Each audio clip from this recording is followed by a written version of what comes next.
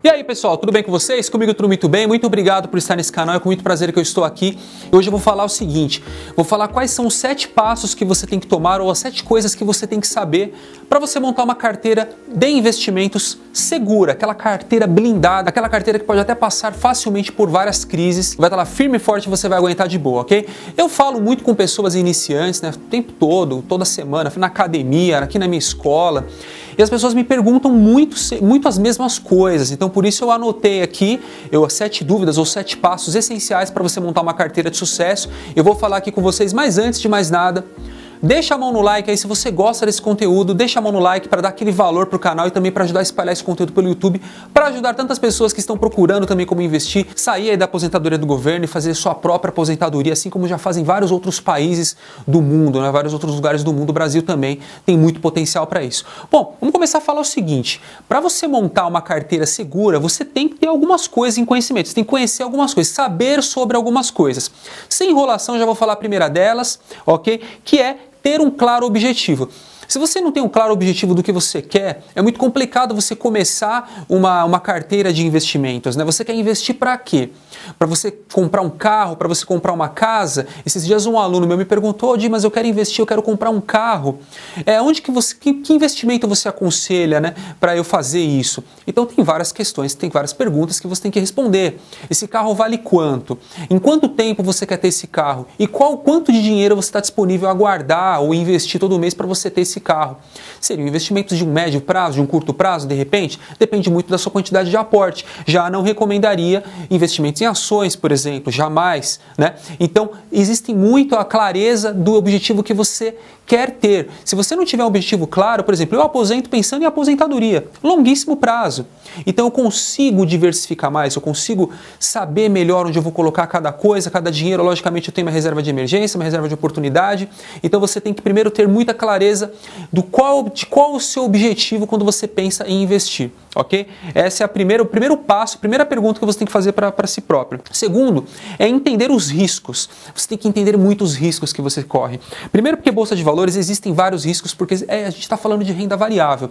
Então se você coloca toda a sua grana em renda variável, você já está correndo um grande risco. Se o seu objetivo é para médio, curto prazo, é um risco enorme. Mas você tem que entender algumas outras coisas, inclusive algumas coisas mais técnicas, eu vou colocar lá no Instagram, eu vou colocar aqui no YouTube, então sigam no Instagram, o link está na descrição. Por exemplo, o que significa beta igual a 1, beta menor que 1 ou beta maior que 1. Então existem várias empresas que elas, por exemplo, a beta igual a 1 são as empresas que normalmente elas andam muito junto com o índice Bovespa. Então se o índice Bovespa subiu 1%, 4%, normalmente essas ações elas vão subir também junto com o índice Bovespa. Se elas caem, se o índice Bovespa cai 4%, normalmente elas vão cair também ali em torno de 4%. Não é uma regra, mas é o que normalmente acontece. Então seriam ações que seguiriam um pouco mais o índice Bovespa. Não sabe quais são essas ações? Eu vou deixar no Instagram ao longo da semana, eu vou deixar algumas ideias, ok? Existe também a ação que é menor que beta 1, que é justamente a que anda menos que o índice Bovespa. Ou seja, talvez, na minha opinião, seria uma ação de menor risco. Menor risco para perder, menor risco para ganhar também. Só que ela sobe menos que o índice Bovespa. Então aí cabe a você ver o quanto de exposição você gostaria de ter em ações desse tipo. Se o índice Bovespa subiu 10%, normalmente ela vai subir 7%, 6%, ela vai subir bem menos. Se cair, também ela vai cair menos, a porrada também é menor. E aí nós temos as ações que são maior que beta 1, que no caso são as ações que se movimentam muito acima do índice Bovespa, tanto para baixo quanto para cima. Se o Bovespa der uma porrada, ela vai dar uma porrada muito maior, ela vai multiplicar muito mais. Seriam as ações mais de crescimento, de repente menos de dividendos. Também quando o índice Bovespa cai muito, ela também costuma cair bem mais que o índice Bovespa, ou seja, são ações que têm um maior tipo de risco. Então eu não falarei muito sobre isso, mas você tem que saber quais são os tipos de risco que você está correndo no índice Bovespa. Normalmente nós temos 2 tipos de risco que nós temos que analisar, né? O risco específico e o risco atribuído. O risco específico é aquele risco que ele é específico a um tipo de empresa, né? Aconteceu um problema com petróleo, aí vai lá a Petrobras e cai muito, é um risco específico à Petrobras. E nós temos os riscos atribuídos, os riscos seriam riscos mais sistemáticos, né? Por exemplo, uma crise financeira. Vai afetar todo mundo e mesmo a diversificação da carteira não vai te ajudar tanto nesse tipo de risco. Então é muito importante que você saiba o tipo de risco que você está correndo em vários e determinados ativos que você estiver investindo, ok? O número 3 é saber em que você está investindo. Fala muito com o número 2, porque você tem que saber, estou investindo numa empresa de energia elétrica, mas por quê? Ah, porque energia elétrica todo mundo usa, mas é só isso. É muito pouco para você pensar em investir grana nisso. Você tem que estudar outros fatores, por exemplo, em relação aos riscos. Quais são os riscos que você corre investindo em energia elétrica? Então você tem que saber em que você está investindo. Estudando, lendo, entre vários outros fóruns, pegando na internet pesquisa. Vai lá no Status Invest, que eu já indiquei aqui, né?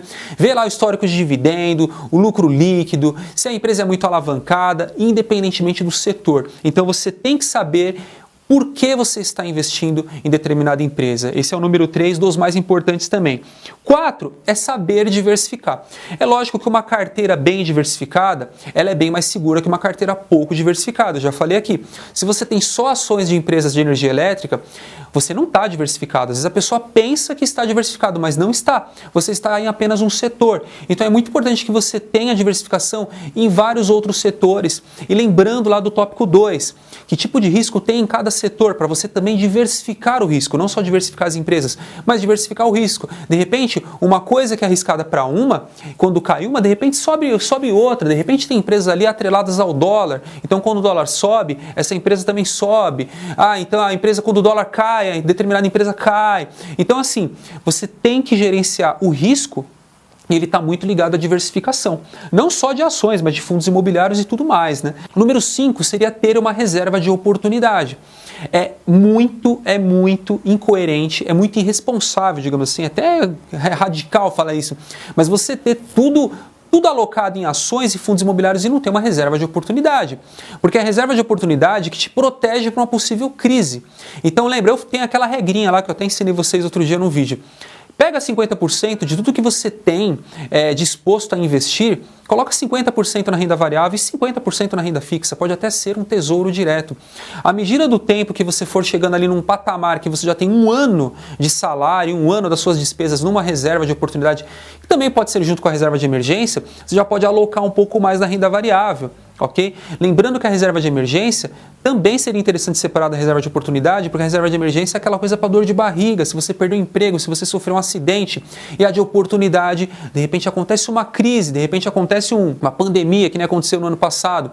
Quem tinha muito caixa, comprou muitas coisas. Não importa só você comprar bons negócios, você tem que comprar bem bons negócios, a preços bons. É muito melhor você pagar 5 mil reais num iPhone ou pagar 2 mil reais? Ele vai continuar sendo o mesmo iPhone, fazendo as mesmas coisas. O preço mudou dele, mas não muda o que ele é, o valor que ele tem não muda porque o preço dele caiu, entendeu? Caso você não use iPhone, qualquer celular, qualquer coisa, na verdade, né? Essa comparação serve para qualquer coisa. Então pense bem em ter reserva de oportunidade para você fazer sempre bons negócios e aproveitar possíveis quedas. Eu já estou me preparando para uma possível crise.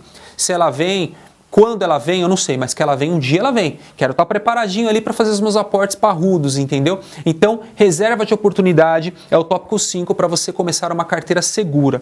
Número 6 é escolher uma boa corretora. Eu recomendo a Clear, não tenho jabá nenhum, ok? Mas a Clear, ela não tem taxa de corretagem. Ela é uma corretora que para mim ela roda muito bem porque eu uso para longo prazo. Logicamente, quem usa para trader, vendendo e comprando toda hora, reclama um pouco porque às vezes ela dá uma travada. Mas eu não tenho problema, porque eu só compro 1 ou 2 vezes por mês e deixo lá. Cai os dividendos bonitinho, é tudo bonitinho, tudo funciona bem para mim tá ok. A Rico também é muito boa, mas o aplicativo da Clear para mim ele é um pouco mais completo, ele te dá mais detalhes do que você tem a respeito de preço médio, percentual de ganhos e tudo mais. Eu consigo entender melhor o aplicativo da Clear, tá? Mas eu também uso a Rico, vocês sabem disso. E o número 7, e não mais importante que os outros, né, é não ter medo de começar. Porque o medo de começar faz a pessoa ficar postergando e você perde oportunidades. Então lembre-se sempre do seguinte: Não fique esperando o melhor momento para começar. O melhor momento para começar é agora.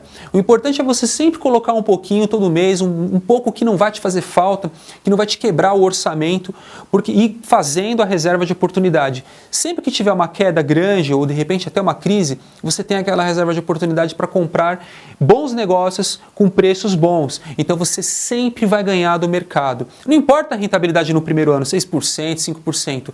Olhe para o longo prazo e comece agora, ok? Eu espero muito que vocês tenham gostado desse vídeo, que tenha ajudado vocês a esclarecer algumas coisas. Qualquer coisa, pessoal, corre lá no Instagram, dá uma chamada lá e diga aí se você já compra ações para dividendos, que eu quero saber, ok? Fica com a gente, até a próxima. Um prazer estar aqui com vocês e é nóis.